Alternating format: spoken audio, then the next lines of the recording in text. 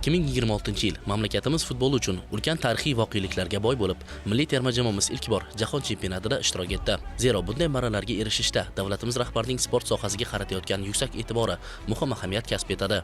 Bugun respublika yoshlari orasida tobora ommalashib borayotgan futbol va mini futbol bo'yicha Davlat xavfsizlik xizmati kubogi musobaqalari esa millionlar o'yiniga ishtiyoqmand iqtidorlarni kashf etish hamda ularni katta sport sari yo'naltirishda o'ziga xos murakkab vazifani o'tamoqda. Joriy yilda ham Davlat xavfsizlik xizmati kubogi katta shukuh bilan tashkil etildi. Ularda 262 ming nafardan ortiq yosh ishtirok etdi. Saralash bosqichlarida o'z hududida eng yaxshi natija ko'rsatgan 42 ta jamoa respublika bosqichiga yo'llanma oldi. 17-22 avgust kunlari ushbu jamoalar Bunyodkor futbol akademiyasi maydonlarida g'oliblik uchun bahs olib bordi. Prezidentimizning ommaviy futbolni rivojlantirish to'g'risidagi qarorlari misoli sifatida mana DXX ko'rsatib beryapti.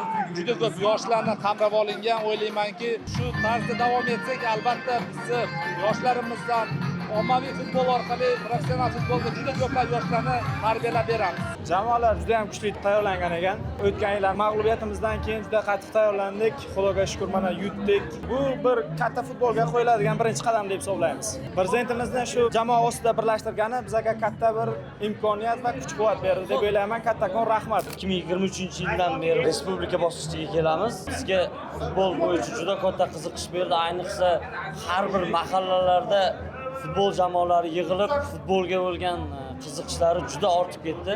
Final o'yini ishtirokchilarini olqishlaringiz ostida taklif qilamiz.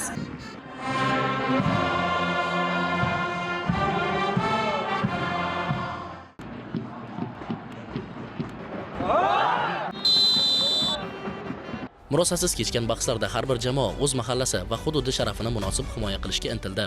Yuqori Chirchiq tumani Yangi bozordan kelganmiz. Mana oxirgi o'yin, xudo xolasa, birinchi o'rinni olamiz deb yarim stadion Yuqori Chirchiq tumani Yangi bozordan kelgan. O'g'il bolalar o'rtasidagi futbol musobaqasining finalida Buxoro va Toshkent viloyatlari jamoalari maydonga tushdi. Keskin kechgan uchrashuvda hisob birinchi taym o'rtasida ochildi.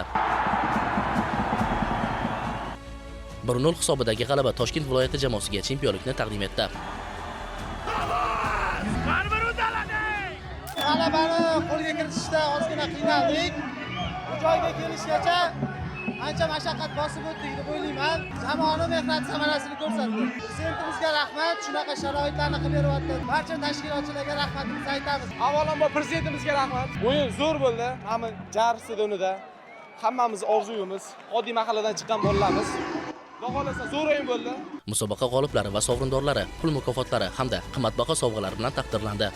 Bu yerda qo'lga kiritilgan g'alaba professional futbolga qo'yilgan ilk qadamlardan biri hisoblanadi. Aytib o'tish kerak, Davlat xavfsizlik xizmati ushbu vazifani bajardi, ya'ni hududlardan minglab futbolchilar saralab oldi va ushbu jarayongacha olib keldi. Kelgusida ishonamizki, ular yurtimiz bayrog'ini yuqorilarga ko'tarishadi.